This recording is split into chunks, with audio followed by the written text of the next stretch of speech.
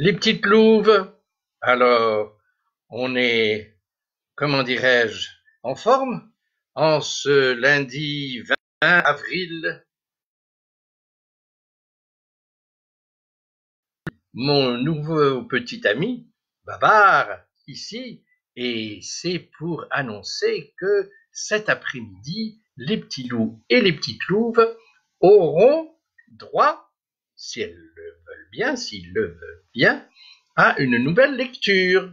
Mais en attendant, si vous voulez, pour les adultes, mais surtout pour les amoureux des fleurs, et je pense à mon ami Rafika en particulier, je suis retombé, évidemment, sur notre chère Colette, Sido, l'histoire de sa mère, et, comment dire, j'ai l'impression qu'il n'y a rien de mieux pour faire passer le temps que de relire Colette. Voilà. Je voulais aussi, aujourd'hui en particulier, s'il y a des amis, soignants, médecins, infirmiers, qui regardent ceci, je voudrais tout simplement leur dédier. Voilà. Je pense que il ou elle souhaite beaucoup se retrouver un jour tranquillement dans un jardin. Voilà. À humer des fleurs. Et c'est ainsi que je leur offre cette courte lecture du Sido de Colette. Sans oublier, bien sûr, les rituels.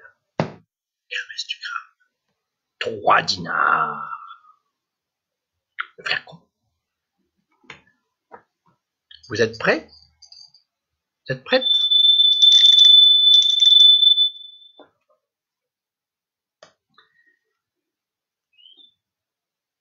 Quelques citations du Sido de Colette.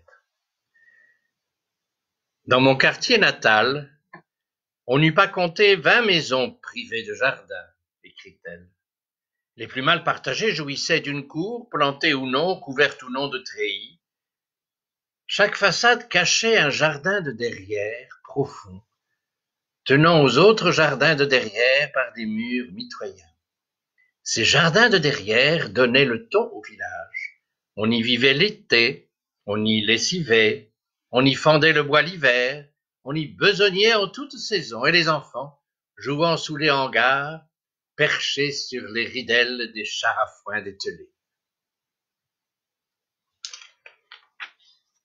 Et je vous ai choisi ceci.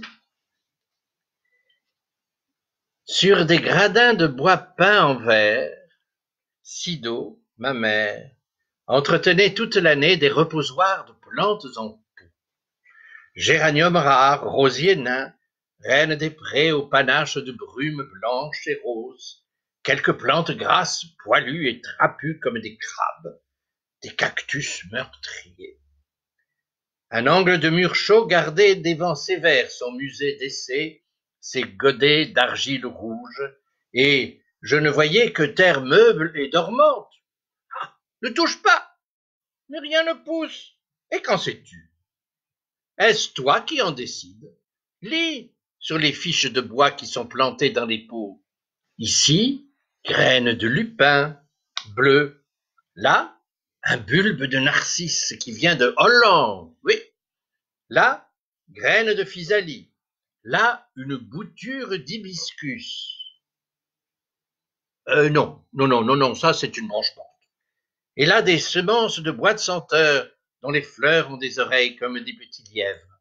Et là, et là. Sido, continue-t-elle, répugnait à toute hécatombe de fleurs.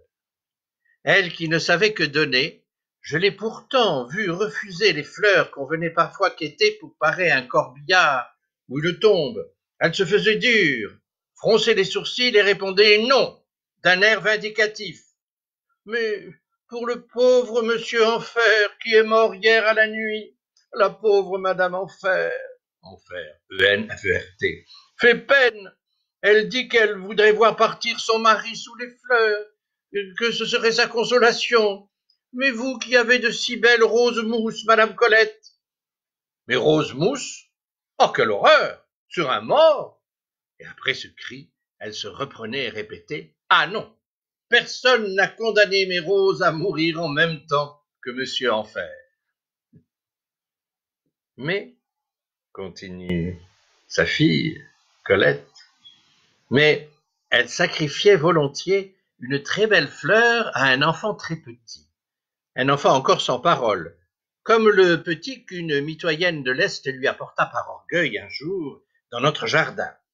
Ma mère blâma le maillot trop serré du nourrisson, dénoua le bonnet à 3 pièces, l'inutile fichu de laine, et contempla à l'aise les cheveux en anneaux de bronze, les joues, les yeux noirs sévères et vastes d'un garçon de 10 mois, plus beau vraiment que tous les autres garçons de 10 mois. Elle lui donna une rose cuisse de nymphe émue, qu'il accepta avec emportement, qu'il porta à sa bouche et suça. Puis il pétrit la fleur dans ses puissantes petites mains, arracha les pétales, rebordés et sanguins à l'image de ses propres lèvres. « Attends, attends, vilain !» lui dit la jeune mère. Mais la mienne applaudissait, des yeux et de la voix, au massacre de la rose, et je me taisais, écrit Colette, jalouse.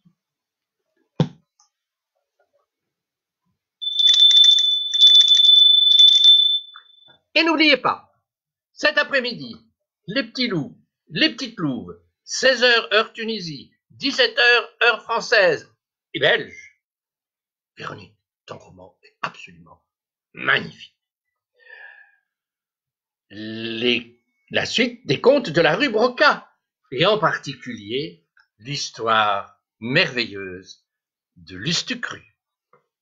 Et oui, portez-vous bien. N'oubliez pas de regarder les oiseaux dans le ciel, les nuages, les merveilleux nuages. De croquer quand même quelques petites madelenettes, hein, et de bien vous aimer. À tout à l'heure. À tout à l'heure.